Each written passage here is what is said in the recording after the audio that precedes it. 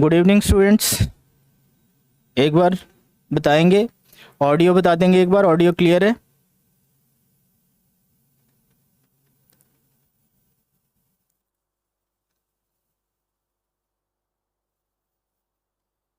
एक बार मैसेज करके बता देंगे आप लोग ऑडियो क्लियर है। कोई दिख नहीं रहा है स्क्रीन पे मुझे।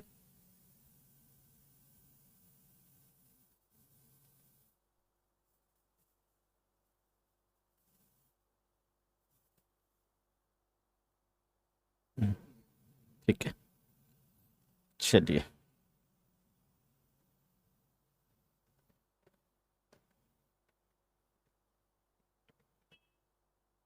ठीक ठीक है। Good evening, good evening. जैसा कि कल की क्लास में मैंने आप लोगों के साथ सिलेबस डिस्कस किया था इसका, ईओ का, एग्जीक्यूटिव ऑफिसर वाले कोर्स का, आज क्लास हम शुरू कर रहे हैं और टॉपिक वाइज ही हम लोग चलेंगे। जैसा सीक्वेंस दिया है उसी सीक्वेंस में चलेंगे। तो एज पर सीक्वेंस आज हमारी पहली क्लास जो पड़ेगी वो वर्णमाला की पड़ेगी। ठीक है, तो शुरू करते हैं हम लोग वर्णमाला से।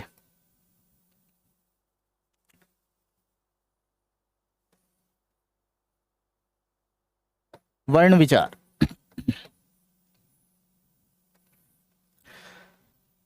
वर्ण विचार के अंतर्गत हम लोग एक तो वर्णमाला का परिचय देखेंगे, फिर इसका वर्गीकरण देखेंगे, फिर अलग अलग वर्ग के वर्णों का उच्चारण प्रयत्न के आधार पर वर्गीकरण होगा।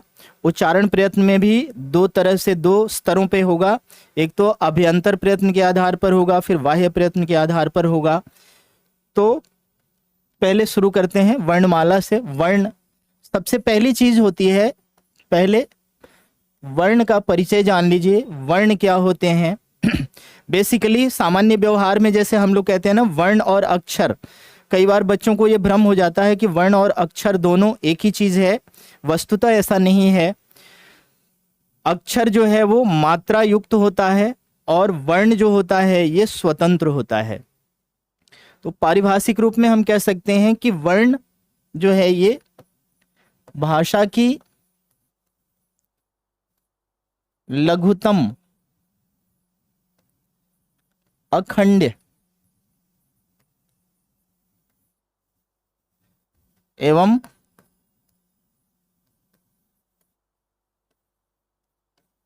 निरर्थक इकाई है।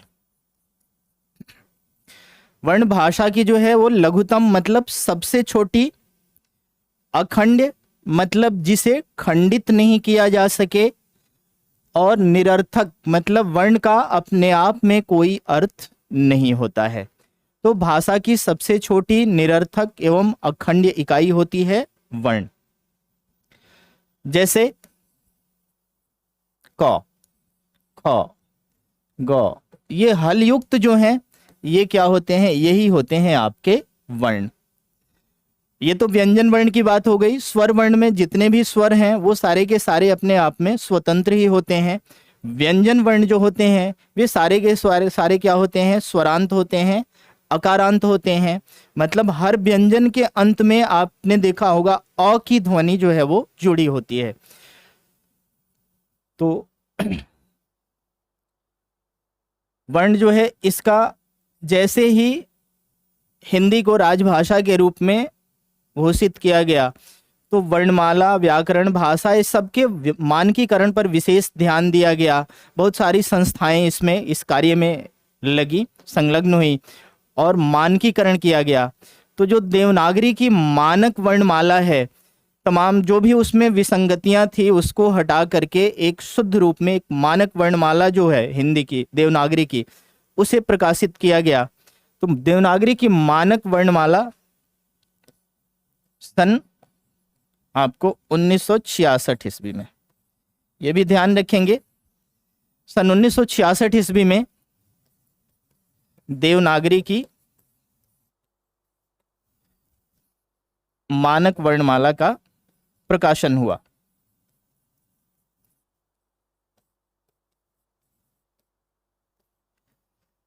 जिसमें जो भी विसंगतियां थी उन विसंगतियों को दूर करके एक मानक वर्णमाला जिसे आज हम पढ़ते हैं, जिसके आधार पर हम आज पढ़ लिख रहे हैं, वही मानक वर्णमाला, उसका प्रकाशन जो हुआ था आपका सन 1966 ईस्वी में किया गया था।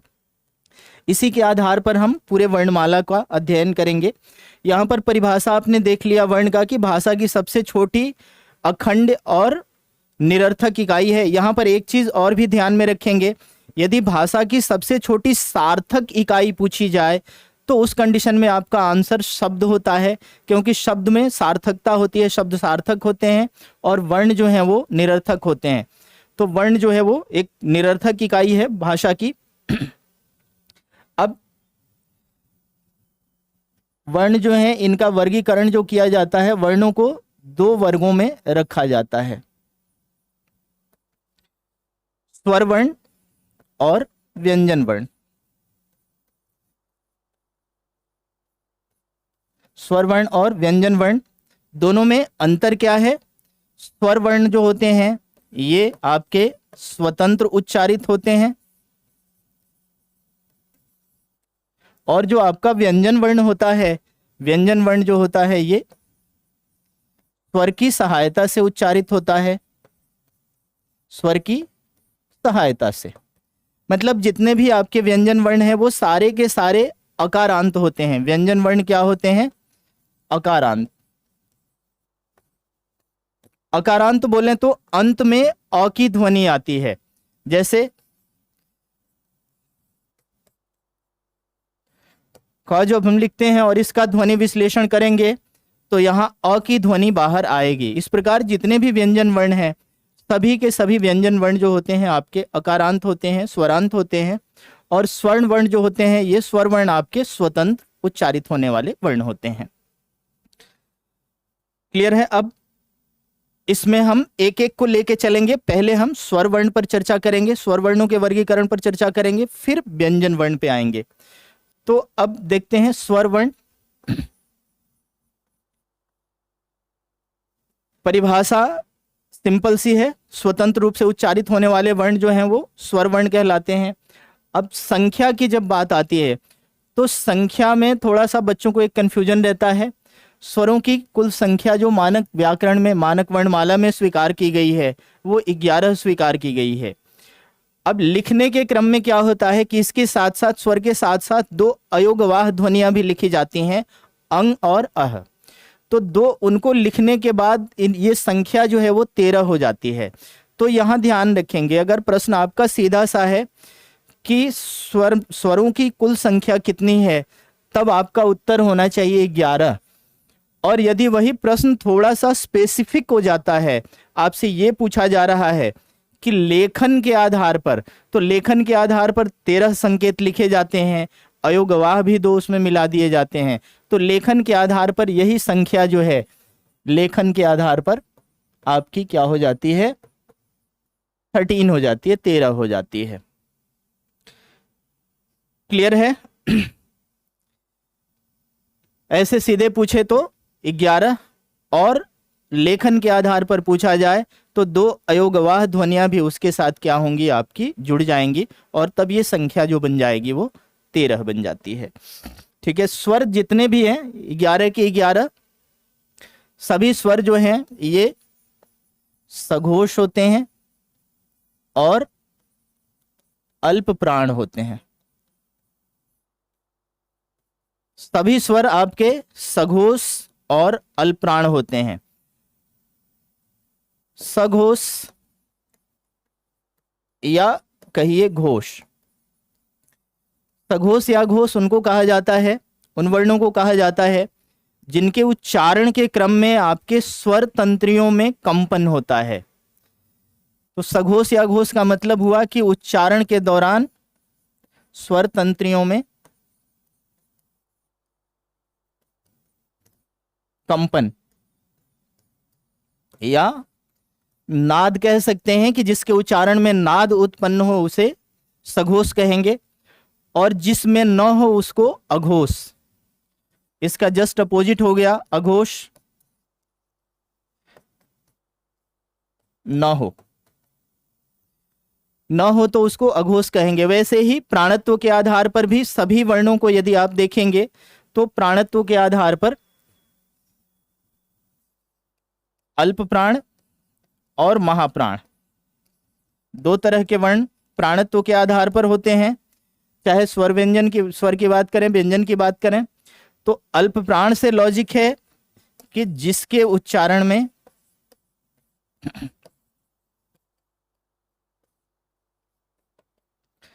कम वायु निकले,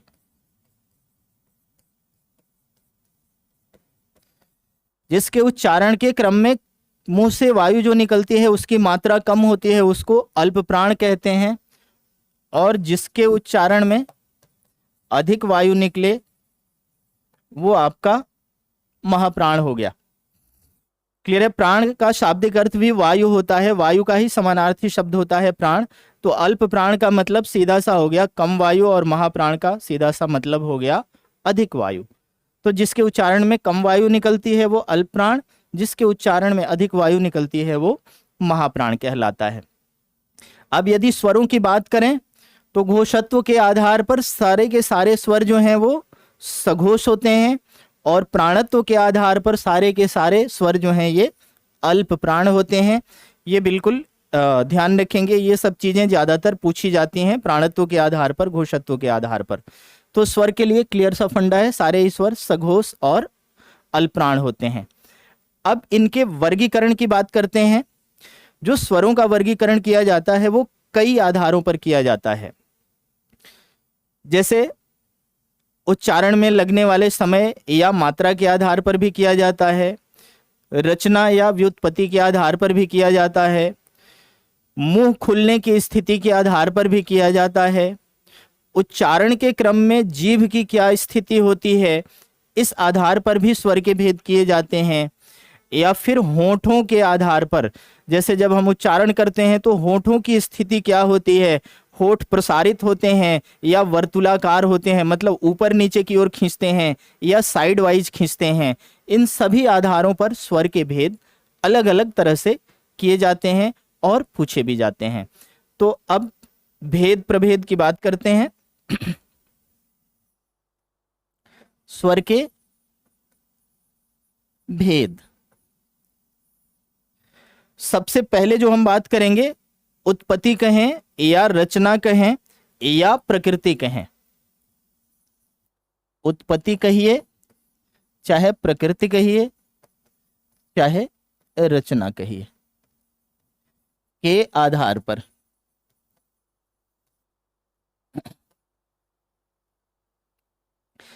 यहां ये सारे शब्द लिखने के पीछे कारण ये है कि कई बार शब्द बदल के पूछ लिया जाता है। जैसे मैंने सिर्फ उत्पत्ति लिख दिया और आपसे प्रकृति के आधार पर पूछ दिया या रचना के आधार पर पूछ दिया, तो उस कंडीशन में कंफ्यूज नहीं होना है, तीनों का मतलब एक ही हुआ। उत्पत्ति कहिए, चाहे प्रकृति कहिए, चाहे रचना कहिए, इस आधार पर स्वर के भेद। तो इस आधार पर स्वर के दो भेद किए जाते हैं। पहला होता है मूल स्वर और दूसरा होता है संधि स्वर। नाम से ही लॉजिक स्पष्ट है, क्लियर है कि मूल स्वर जो हैं वे स्वर होते हैं जो अखंड हैं या किसी दो के मिलने से नहीं बने हुए हैं, और संधि स्वर उन स्वरों को कहा जाता है जो दो अलग अलग स्वरों के मेल से बने हुए हैं, चाहे वो स्वर समान हो चाहे वे स्वर असमान हो।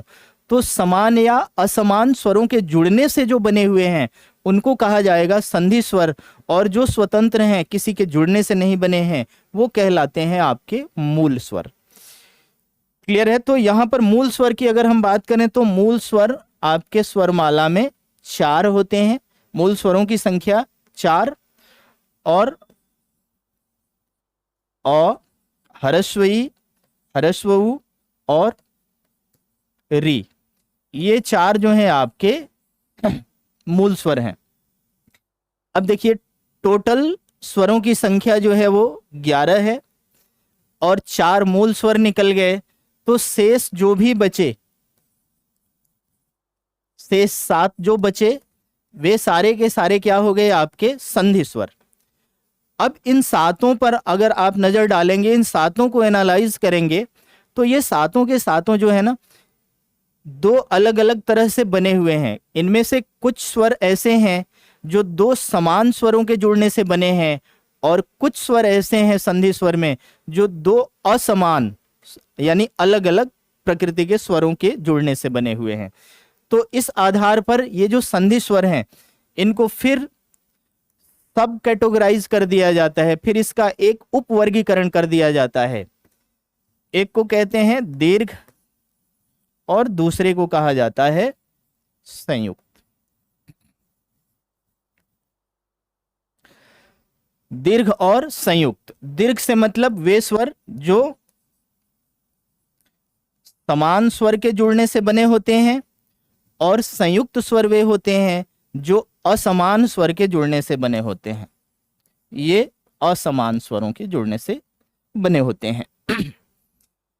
जैसे आप देखिए यहां पर आ, बड़ी और बड़ाऊ, ये आते हैं आपके दीर्घ स्वर में। अगर इनको एनालाइज करें, इनको अगर आप तोड़ें, तो यहां देखेंगे आप कि ये समान स्वरों के जुड़ने से बना हुआ है। बड़ी को भी तोड़ेंगे तो ये आपका दो छोटी में टूट गया, समान स्वरों के जुड़ने से बना हुआ है। ऊ को यदि तोड़ेंगे तो ये भी आप देखिए दो समान स्वरों के जुड़ने से बना हुआ है। अब संयुक्त की बात करें तो यहां देखो ए है, ए है, ओ है और औ है। इनको रखा जाता है संयुक्त के अंतर्गत। अब देखिए इनको अगर आप तोड़ के देखें तो ये अ के साथ ई के जुड़ने से बना हुआ है। ए जो है वो अ के साथ ए के जुड़ने से बना होता है। ओ जो है वो अ के साथ ऊ के जुड़ने से बना होता है, और औ जो है वो अ के साथ ओ के जुड़ने से बना होता है। तो यहाँ देखिए इसमें जो संयोग कर रहे हैं वो दोनों ही स्वर अलग अलग जाति के हैं, विजातीय स्वर जुड़ रहे हैं, और इसमें जो जुड़ रहे हैं वो सजातीय या समान स्वर जुड़ रहे हैं। इसलिए इनको सब कैटेगराइज किया जाता है। ये तीन जो हैं आपके दीर्घ में आ जाते हैं, और ये चार जो हैं आपके संयुक्त के अंतर्गत आ जाते हैं। क्लियर है यहां तक? किसी को कोई डाउट?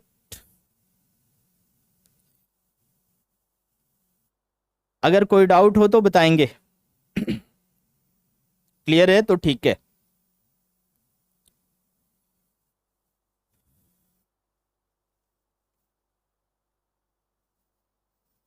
चलिए फिर आगे बढ़ते हैं। अब ये तो हो गया आपका प्रकृति के आधार पर या रचना के आधार पर या उत्पत्ति के आधार पर। अब देखिए दूसरा वर्गीकरण, इसका स्वरों का दूसरा वर्गीकरण।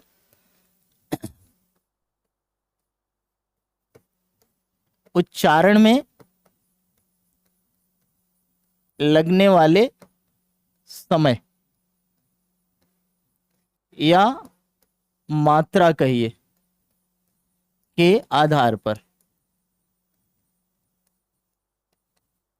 उच्चारण में लगने वाले समय के आधार पर कहें, चाहे कालमान के आधार पर कहें, चाहे मात्रा के आधार पर कहें, इस आधार पर स्वर के तीन भेद किए जाते हैं।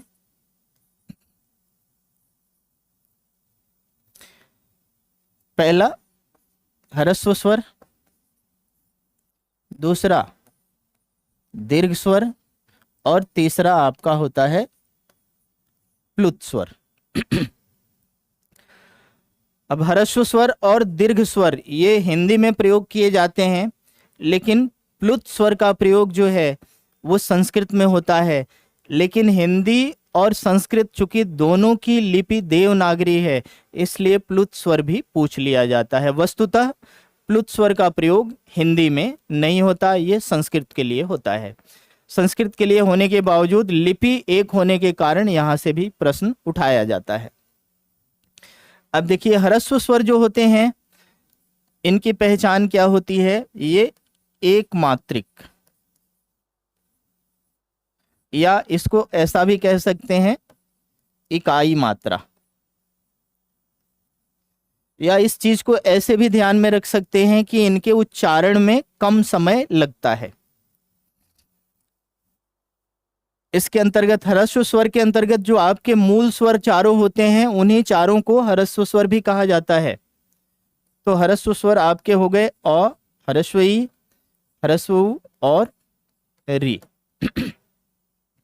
री का जहां तक प्रश्न है तो ये ध्यान रखेंगे, री जो है ये ह्रस्व और दीर्घ दोनों एक ही संकेत के रूप में स्वीकृत है। अब हिंदी वर्णमाला में, पुरानी वर्णमाला में दो संकेत लिखे जाते थे, छोटी री के लिए अलग, बड़ी री के लिए अलग, लेकिन मानकीकरण के पश्चात छोटी या बड़ी री हो दोनों के लिए एक ही संकेत या मात्रा के रूप में भी एक ही संकेत यूज किया जाता है। तो ये आपके ह्रस्व स्वर जो हैं आपके 4 हो गए। इसके अलावा शेष जितने हैं 7 के साथ उनको दीर्घ स्वर में रखा जाता है। इसकी पहचान की अगर बात करें तो इसमें ह्रस्व स्वर के 2 गुना समय लगता है। इनके उच्चारण में ह्रस्व स्वर के जस्ट डबल 2 गुना समय लगता है, और प्लुत स्वर जो हैं इनके उच्चारण में ह्रस्व स्वर के 3 गुना समय लगता है। दीर्घ स्वरों की बात करें तो जो शेष बचे हैं आ, बड़ी, बड़ाऊ, ए ओ, औ, ये 7 के साथ आपके दीर्घ स्वर में आ जाते हैं। और जो प्लुत स्वर है इसका संकेत होता है देवनागरी का अंक 3। ये जो डिजिट है आपका, ये है आपका देवनागरी।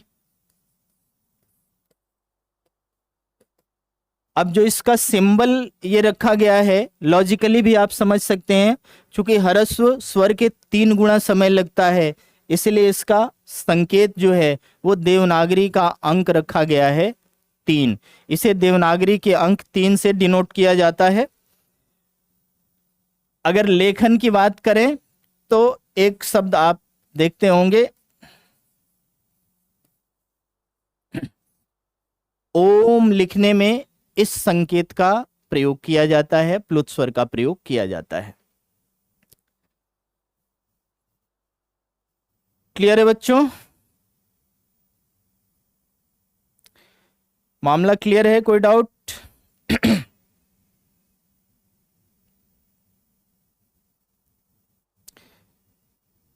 चलिए अब आगे नेक्स्ट देखते हैं, तीसरा वर्गीकरण,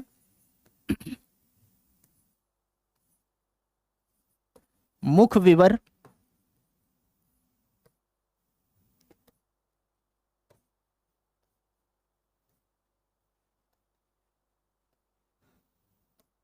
खुलने या बंद होने के आधार पर।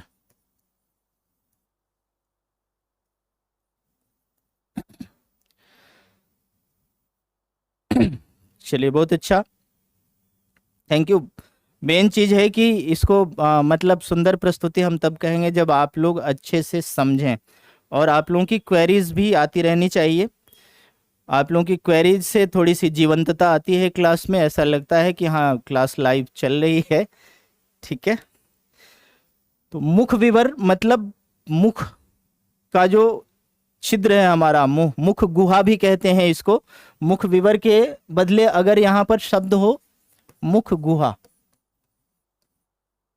गुहा तत्सम शब्द है, गुहा का तद्भव होता है गुफा, तो चाहे ऐसा हो चाहे ऐसा हो, मतलब मुंह के खुलने और बंद होने के आधार पर स्वर के जो भेद किए जाते हैं उसको हम लोग इसमें अध्ययन करेंगे। किसमें मुंह अधिक खुलता है, किसमें कम खुलता है, किसमें संकुचित होता है, किसमें आधा संकुचित होता है। तो इस आधार पर 4 कंडीशन बनते हैं इसमें। तो जाहिर सी बात है कि जब कंडीशन 4 बनेंगे तो स्पष्ट है कि इसके भेद भी क्या होंगे, 4 होंगे। इसके 4 भेद, एक होता है विवृत, दूसरा होता है अर्धविवृत, तीसरा होता है संवृत, और चौथा होता है आपका अर्ध संवृत।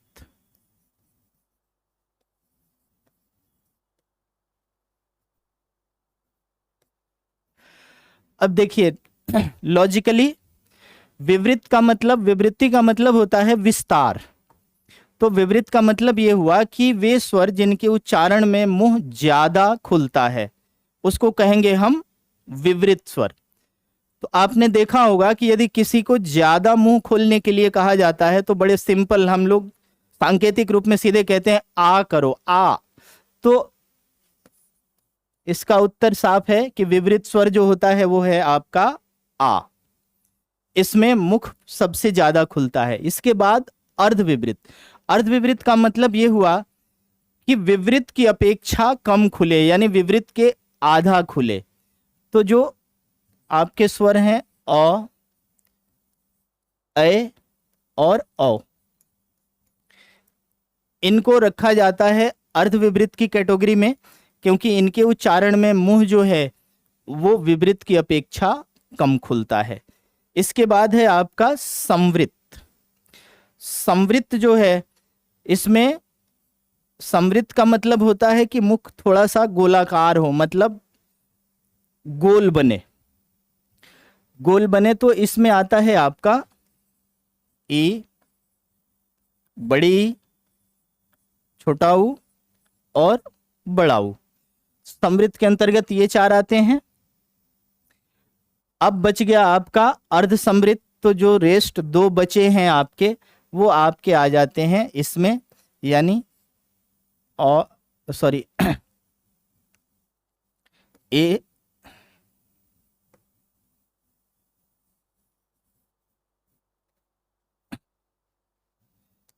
ए और ओ, ये आपके आ जाते हैं अर्ध संवृत के अंतर्गत। क्लियर है? तो विवृत, अर्धविवृत समझ गए। इसका सिंपल सा लॉजिक है। देखिए, आपसे ये नहीं पूछा जाएगा कि इसका मतलब क्या हुआ या इसका मतलब क्या हुआ, लेकिन ये जरूर पूछा जाएगा कि ये कैसा है, या अर्धविवृत कौन सा है, या संवृत कौन सा है, या अर्ध संवृत कौन सा है, या फिर इनकी संख्याएं भी पूछ ली जा सकती हैं कि अर्धविवृत स्वर कितने होते हैं या विवृत स्वर कितने हैं, तो इनकी संख्या भी पूछ ली जाती है। ठीक है, नेक्स्ट अगला वर्गीकरण, चौथा वर्गीकरण हम देखते हैं। चौथे वर्गीकरण में जिह्वा, जीभ की स्थिति के आधार पर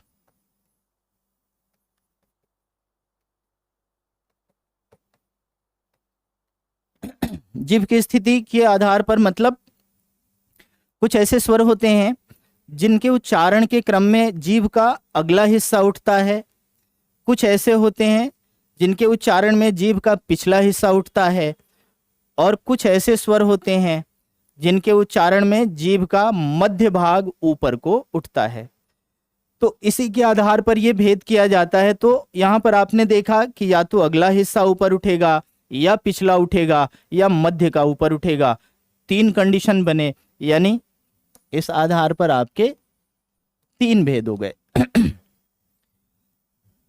पहला अग्रस्वर, दूसरा मध्य स्वर, और तीसरा आपका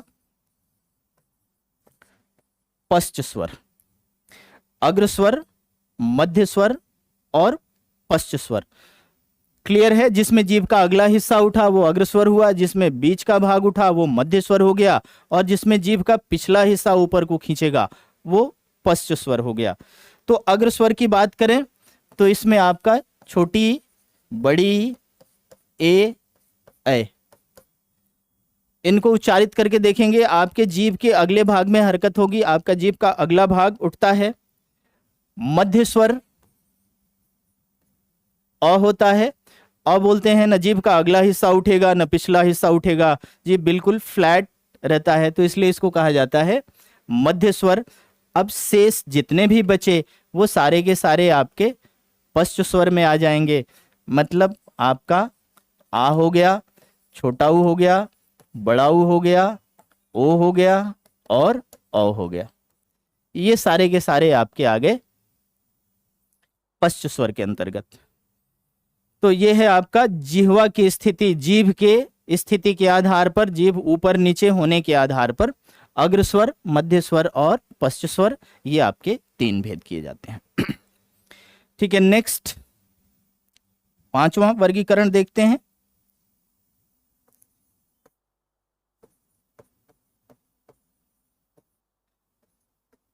होठों की स्थिति के आधार पर, होठों की स्थिति के आधार पर स्वर के भेद करने से मतलब यह होता है कि कुछ स्वर के उच्चारण में होंठ जो है वो ऊपर नीचे मतलब वर्टिकली ऊपर नीचे की ओर एक्सपेंड होंगे, और कुछ स्वर ऐसे होते हैं जिनके उच्चारण में होंठ जो हैं वो हॉरिजॉन्टल साइड में खींचेंगे। तो मतलब एक कंडीशन ऐसा और एक कंडीशन ऐसा, एक में इधर को खिंचाव होगा और एक में इधर को खिंचाव होगा। मेजर कंडीशन ये दो हो गए। अब इसमें एक ये कंडीशन होगा कि इसमें एक थोड़ा सा कम होगा और इसमें भी एक थोड़ा सा कम होगा। तो कुल मिला जुला के इसमें आपके 4 कंडीशन बन रहे हैं। एक में होंठ बहुत ज़्यादा ऊपर और नीचे खुलेंगे, दूसरे में अपेक्षाकृत उससे कम लेकिन ऊपर नीचे ही खुलेंगे।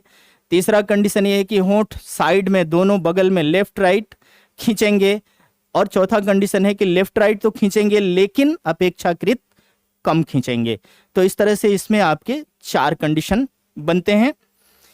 इसके आधार पर 4 भेद। पहला, प्रसरित। प्रसरित से मतलब प्रसार से हुआ, मतलब जिसमें होठों का ज्यादा प्रसार हो। दूसरा है वर्तुल। वर्तुल मतलब जिसमें होंठ जो है ऊपर और नीचे ज्यादा उठें, मतलब वर्तुलाकार हो जाएं, गोल बन जाएं। थर्ड होता है अर्धवर्तुल।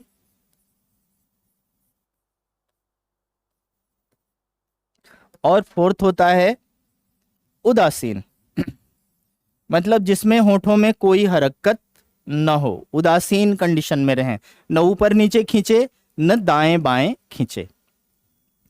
तो प्रसरित का जहां तक प्रश्न है वो है आपका छोटी बड़ी ए ये आपके प्रसरित हैं। इसमें होंठ जो हैं वो किनारे की ओर ज्यादा खींचते हैं। जो वर्तुल है वो है आपका छोटा ऊ, बड़ा ऊ, ओ, औ, ये आपके वर्तुलाकार होते हैं। अब बचा आपका अर्धवर्तुल। अर्धवर्तुल में आता है आपका आ। अब एक उदासीन बचा जो आप समझ ही रहे हैं किसके उच्चारण करने में होठों में कोई हरकत नहीं होती है, अ बोलने में होठों में कोई हरकत नहीं होती है, यानी अ जो है आपका उदासीन है। क्लियर है? तो ये है आपका होठों के खुलने और बंद होने की स्थिति के आधार पर स्वर के भेद। अब कई बार आपसे अनुनासिकता के आधार पर, अनुनासिकता के आधार पर स्वर के भेद पूछ लिए जाते हैं। तो अनुनासिकता के आधार पर स्वर के 2 भेद किए जाते हैं। ये 2 भेद हैं। एक को कहते हैं सानुनासिक और दूसरे को कहते हैं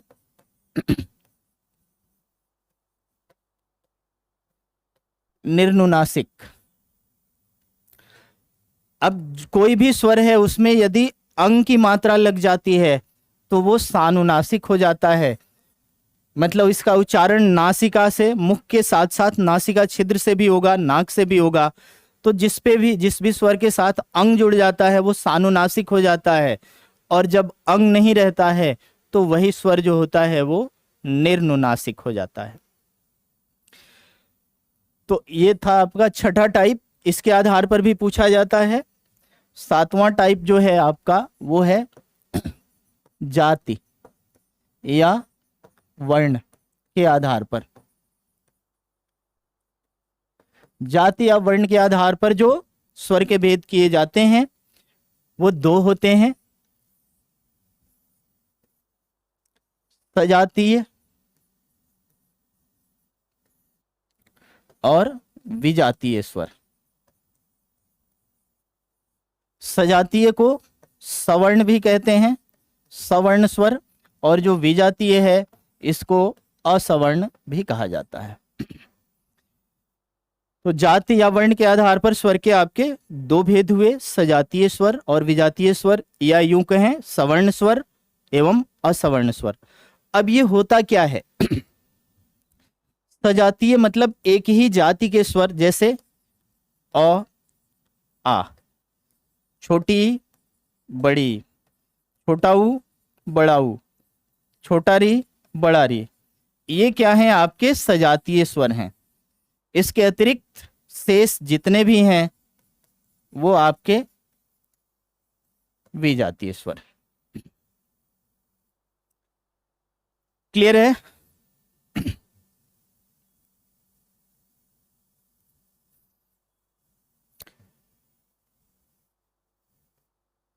समझ गए आप लोग?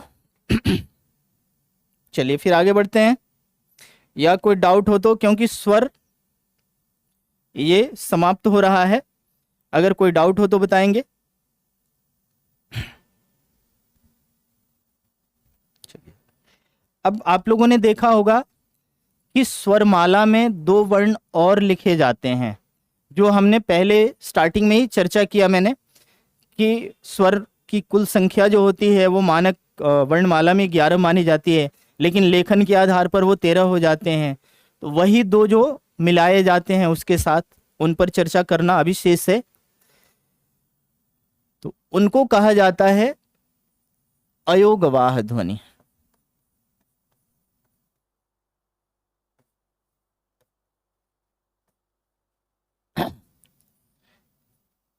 अयोगवाह ध्वनियां आपकी दो होती हैं, अंग और अह। मात्रा के रूप में ये अनुस्वार या अनुनासिक, और ये जो होता है ये विसर्ग होता है। ठीक है, इन दोनों को अयोगवाह कहा जाता है। अब ये अयोगवाह कहे जाने के पीछे लॉजिक क्या है, क्यों ये नाम दिया गया अयोगवाह? देख लीजिए एक बार, इस नाम को एनालाइज कीजिए। अयोगवाह,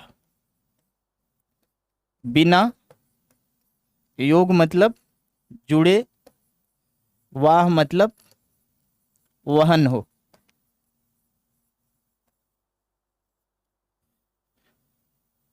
बिना जुड़े हुए जिसका वहन हो या जो साथ चले उसको कहा जाएगा अयोगवाह। अब ये फंडा क्या है? बिना जुड़े हुए। अब देखिए ये जो दोनों ध्वनियां हैं अंग और अह की, संकेत के रूप में ये स्वर हैं, स्वर के संकेत से लिखे गए हैं अंग और अह, लेकिन जब आप इनका उच्चारण करते हैं तो इनका उच्चारण जो होता है वो व्यंजन की तरह होता है, क्योंकि अंग बोलते हैं तो अनुनासिक हो जाता है, नासिका से उच्चारण होता है, और जब अह बोलते हैं तो ह की ध्वनि निकलती है जो ऊष्म ध्वनि है। तो अनुस्वार और विसर्ग के रूप में उच्चारण जब हम करते हैं तो ये व्यंजन की तरह उच्चारित होते हैं, और जब हम लिखते हैं तो ये स्वर की तरह लिखे जाते हैं। तो ये बड़ी समस्या बनी कि भाई संकेत स्वर का और उच्चारण व्यंजन का, तो इसे रखा कहाँ जाए। तो इसी कारण से इसके लिए एक अलग कैटेगरी बनाई गई, एक अलग कोटि बनाई गई, और इसका नामकरण किया गया अयोगवाह। मतलब ना तो स्वर के टोटल में इसका योग होगा, न व्यंजन के टोटल में इसका योग होगा, लेकिन वर्णमाला के साथ ये जुड़ेगा, वर्णमाला के साथ ये गिना जाएगा, चलेगा। इसीलिए ये नाम दिया गया इसको अयोगवाह। और ये नाम जो दिया गया है पंडित किशोरीदास वाजपेयी के द्वारा, पंडित किशोरीदास वाजपेयी के द्वारा ये नाम दिया गया है। इन्हें हिंदी का पाणिनि भी कहा जाता है। इन्होंने एक व्याकरण ग्रंथ लिखा, हिंदी शब्दानुशासन, जो हिंदी का सबसे मानक व्याकरण माना जाता है। उन्होंने ही ये नाम दिया था इन दोनों ध्वनियों को अयोगवाह। तो ये है आपका स्वरमाला, पूरा का पूरा स्वरमाला आपकी पूरी हो गई। अब यहाँ से आगे हम लोग जाएंगे व्यंजन माला में, व्यंजन को पढ़ेंगे। यहाँ तक अगर किसी को कोई भी डाउट हो, कहीं पे कोई चीज़ नहीं समझ पाया हो, तो आप उसे रिपीट करेंगे, आप पूछेंगे, मैसेज करेंगे, और क्लियर है तो भी मैसेज कर दीजिए, आगे बढ़ा जाए।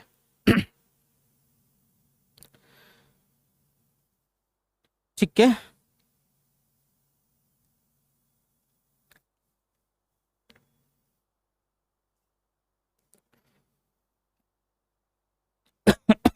चलिए, कोई रिस्पॉन्ड नहीं कर रहा है, मुझे लग रहा है क्लियर है मामला, सब समझ रहे हैं।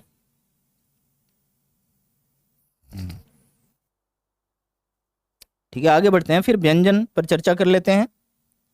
व्यंजन माला,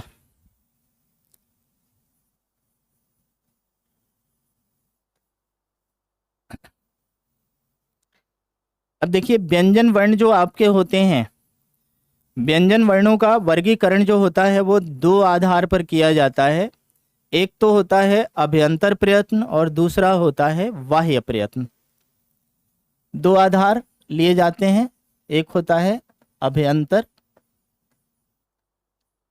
प्रयत्न और दूसरा होता है बाह्य प्रयत्न। अब इसको एक बार समझ लीजिए, ये है क्या, अभ्यंतर प्रयत्न और बाह्य प्रयत्न में फर्क क्या है। अभ्यंतर प्रयत्न के आधार पर जो वर्गीकरण होता है उसमें ये आधारगत किया जाता है कि आपके माउथ कैविटी में, मुख का जो छिद्र है, मुख के अंदर जो भी आपके अंग हैं जो उच्चारण की प्रक्रिया में भाग लेते हैं, तो कौन सा अंग किस अंग को स्पर्श करता है या कौन सा अंग किधर मुड़ता है, इसको आधारगत करते हुए ये वर्गीकरण किया जाता है। तो चूंकि ये मुख के अंदर की घटनाओं को आधारगत किया जाता है, इसलिए इसको कहा जाता है अभ्यंतर प्रयत्न। और जो बाह्य प्रयत्न है, इसमें ये देखा जाता है कि किस वर्ण के उच्चारण में आपके मुख से वायु जो है बाहर अधिक निकल रही है या किसके उच्चारण में कम निकल रही है, तो इसको कहा जाता है बाह्य प्रयत्न। अब यहाँ पर दोनों को अलग अलग न लेकर के हम क्या करेंगे कि इन दोनों को एक साथ कंबाइन कर देंगे और अभ्यंतर प्रयत्न के साथ साथ बाह्य प्रयत्न के आधार पर जिस भी वर्ण का जो भेद होगा उसको हम वहीं पे आपको क्लियर कर देंगे, वहीं पे आपका मामला जो है वो सुलझ जाएगा।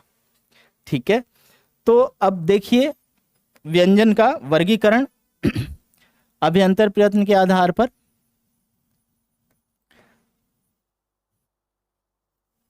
इसको चार कैटेगरी में रखा जाता है, चार वर्गों में वर्गीकृत किया जाता है। एक को कहते हैं स्पर्श व्यंजन, स्पर्श व्यंजन कहें चाहे स्पर्शी कहें।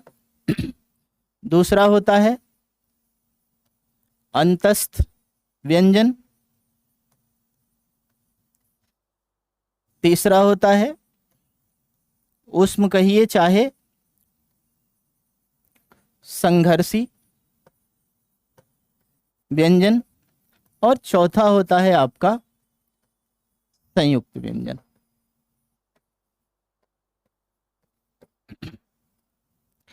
अब देखिए ये जो नामकरण किया गया है इसका लॉजिक यही है, जैसा मैं पहले अभ्यंतर प्रयत्न के आधार पर आपको डिटेलिंग कर गया कि क्यों कहा जाता है, सेम चीज है यहाँ पर। स्पर्श व्यंजन, इसमें ये देखा जाता है कि उच्चारण के क्रम में भाग लेने वाले कौन से अंग किस अंग को स्पर्श कर रहे हैं, उसी के आधार पर, या वायु किस अंग को स्पर्श करती हुई बाहर निकल रही है, इसको आधारगत करते हुए ये भेद किया जाता है। अब यहाँ पर आपके ये आपका क वर्ग से लेकर प वर्ग तक के वर्णों को स्पर्श कहा जाता है। क वर्ग से लेकर के प वर्ग, या इसी चीज को आप डायगोनली देखें तो सीधे कहिए कि क से लेकर म तक, ये हो गया आपका स्पर्श। अब आप सभी को पता है कि ये वर्ग जो हैं वो 5 के होते हैं, और क से लेकर प तक यदि आप वर्टिकली जाओगे तो भी 5, तो 5 वर्टिकल 5 हॉरिजॉन्टल, कुल मिला के इनकी संख्या जो हुई आपकी 25 हो गई। दूसरा जो है आपका अंतस्थ व्यंजन। अंतस्थ मतलब, अंतः का मतलब होता है मध्य, मध्य भाग से निकलता हुआ, मतलब ये यहां से हट की तरफ से निकलता है ये। इनकी संख्या जो होती है वो 4 होती है। एक दूसरा लॉजिक भी है इसको अंतस्थ कहे जाने के पीछे, वो लॉजिक ये है कि ये इसमें जो भी वर्ण होते हैं ये स्वर और व्यंजन के मध्यवर्ती गुण वाले होते हैं, दोनों के बीच वाले होते हैं। जैसे य व का तो अर्धस्वर के रूप में प्रयोग होता ही होता है, र री ल री, ये भी स्वर माला में पहले हुआ करते थे, री को हटा दिया गया, लेकिन री तो अभी भी है। तो अगर आप व्यंजन में री लिखें, र में छोटी की मात्रा लगाएं या वो वाला री लिखें, उच्चारण सेम ही होता है। तो इस गुण के कारण भी इसको अंतस्थ व्यंजन के रूप में जाना जाता है। उष्म या संघर्षी, ये भी 4 होते हैं, इसमें स श श ह वाले जो वर्ग हैं वो होते हैं। अब इनको उष्म या संघर्षी क्यों कहा जाता है, इसके पीछे कारण ये है कि इनके उच्चारण के क्रम में वायु जो होती है वो अंदर से अधिक मात्रा में निकलती है, और अधिक मात्रा में वायु निकलने के कारण घर्षण होता है। तो घर्षण की वजह से इसका नाम संघर्षी है, और घर्षण से उष्मा भी उत्पन्न होती है, तो इसलिए इनको उष्म व्यंजन भी कहा जाता है। अब चौथा जो है आपका संयुक्त, ये भी 4 होते हैं, क्षत्रज्ञ स्र। संयुक्त इसलिए कहा जाता है कि ये 2 अलग अलग स्वतंत्र व्यंजन वर्णों के जुड़ने से बने होते हैं, तो जुड़ने को संयुक्त कहा जाता है, जुड़ने से बने होते हैं, इसलिए इनको क्या कहा जाता है, संयुक्त व्यंजन कहा जाता है। इनकी संख्या भी आपकी 4 होती है। अब इसमें एक एक को अलग अलग लेके चलेंगे। पहले हम लोग स्पर्श व्यंजन के बारे में पढ़ेंगे। स्पर्शी पर क्लास जो होगी अपनी कल को होगी। आज की क्लास में यहीं पे अब विराम देता हूं आज की क्लास को। अगर किसी की कोई भी क्वेरी हो तो पूछ सकते हैं, नहीं तो फिर कल मिलते हैं नेक्स्ट क्लास में। ठीक है, चलिए, बहुत बहुत धन्यवाद।